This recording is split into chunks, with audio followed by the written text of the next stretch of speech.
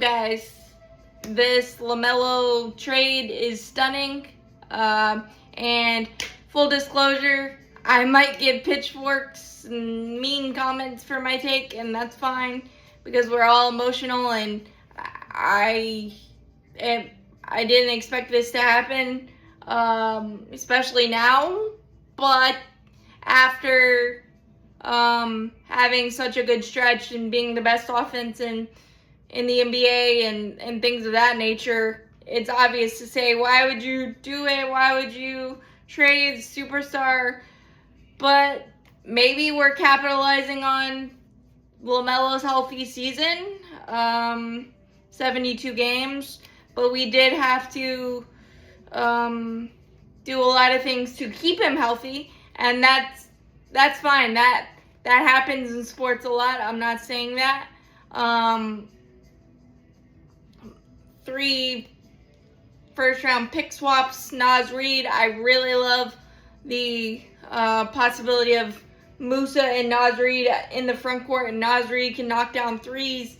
I remember constant 20, 25-point games against the Hornets. So I think that's going to fit nicely.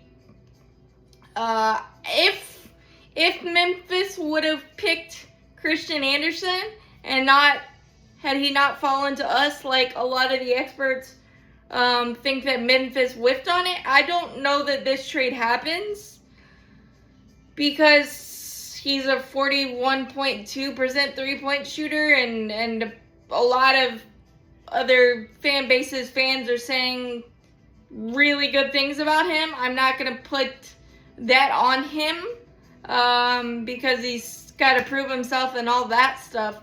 But if you remember at last year's trade deadline, the Hornets were fielding calls for all of the core that we had at the time, the starting lineup, probably outside of Brandon Miller and Conka Nipple, but don't hold me to that. And Jeff Peterson said this core deserved a shot, and it ended with a thud with the loss to the Orlando Magic in the play-in.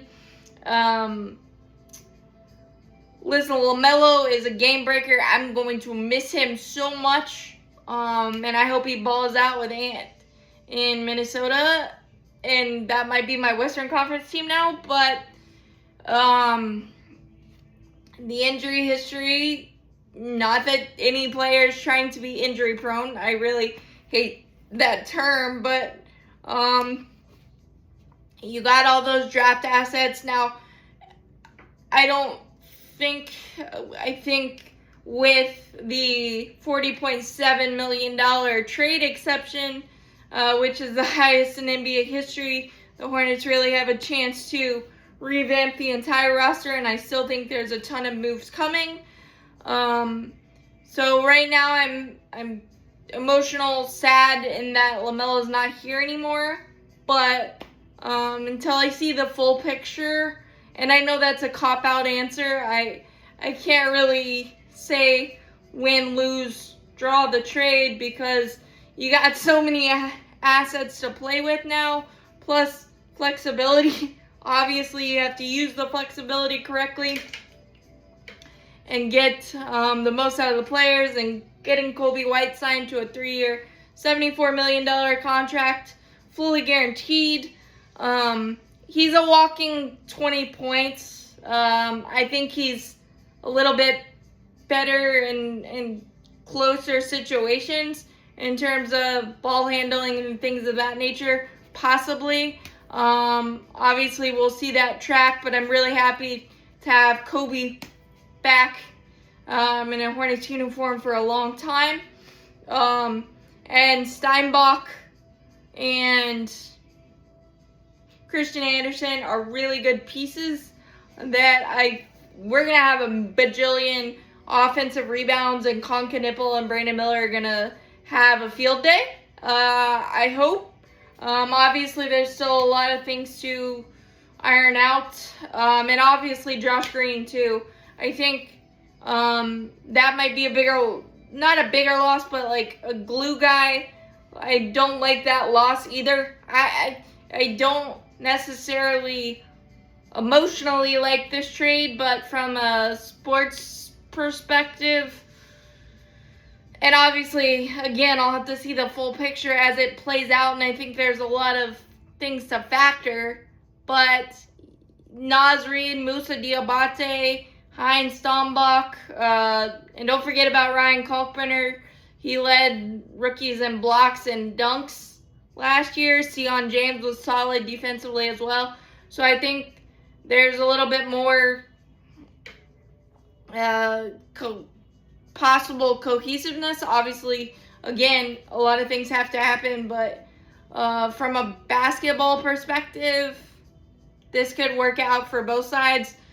Obviously, we won't know yet, but Ant and LaMelo are going to be must-watch TV. Rudy Gobert is going to have to work a lot harder on the defensive end. But I don't think he's going to mind that at all because you got Jaden McDaniels as well.